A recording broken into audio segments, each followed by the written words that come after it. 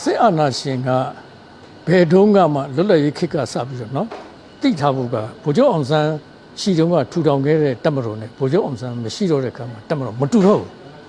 နော်အဲ့တော့သူတို့ကစစ်အာဏာရှင်ဆိုတော့သူ့လိုဖြစ်လာတာပေါ့ပထမဆုံးအုပ်စုစစ်အုပ်စုလို့ခေါ်တယ်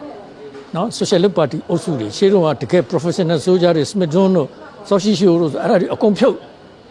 ပြီးတော့မှ Socialist Party တပ်မှုတွေစစ်အုပ်စုအနေနဲ့စပေါ်လာတယ်အဲ့ဒီစစ်အုပ်စုကကျင့်သုံးတာကစစ်ဗျူရိုကရက်ရန်နေရကိုကျင့်သုံးတယ်ဒါပေမဲ့အစိုးရမဟုတ်သေးဘူးအစိုးရအရသာအစိုးရလေဦးနုအစိုးရလက်ထက်မှာအဲ့ဒီတည်းက40ခွန်ဖွဲ့စည်းပုံအရာရွေးကောက်ပွဲတောင်မကျင်းရသေးခင်တည်းကစစ်အုပ်စုက DSI လို့ခေါ်တဲ့ Defense Service Institute စစ်ဖက်ဆိုင်ရာကုန်စည်ဖြန့်ဖြူးရေးနဲ့ဗမာပြည်ရဲ့စီးပွားရေးတွေကိုတို့စစ်ဗိုလ်ချုပ်တွေကပဲလုပ်မယ်ဆိုပြီးတော့မှစစ်ဗိုလ်ချုပ်12ယောက်ကဥဆောင်သွားတယ် Enterprise ပေါင်း42ခုကိုသူတို့လုပ်တယ်နော်ဒါတွေလူတို့ကမသိဘူးနော်နှစ်ခုပဲရှိသေးတယ်စစ်အုပ်စုရဲ့စစ်ဗျူရိုကရက်ရန်နေတယ်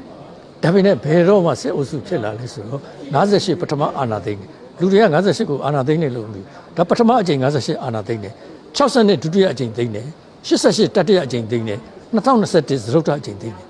နော်အဲ့ဒီအကြိမ်တွေဒီအားလုံးအိမ်ဆောင်အစိုးရတော်လှန်ရေးကောင်စီမဆာလာနာဝတာနာအဖစကစ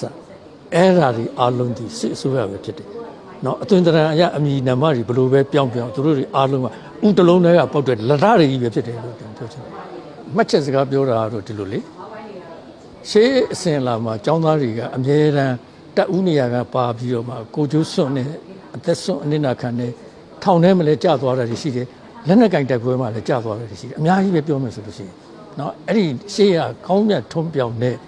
နောင်တော်ကြီးရဲ့သမိုင်းအစဉ်လာကိုဆက်လက်တည်ဆောင်ပြီးတော့ဆက်လက်တိုက်ပွဲဝင်ကြပါလို့အဲ့ဒီလိုပဲပြောချင်တယ်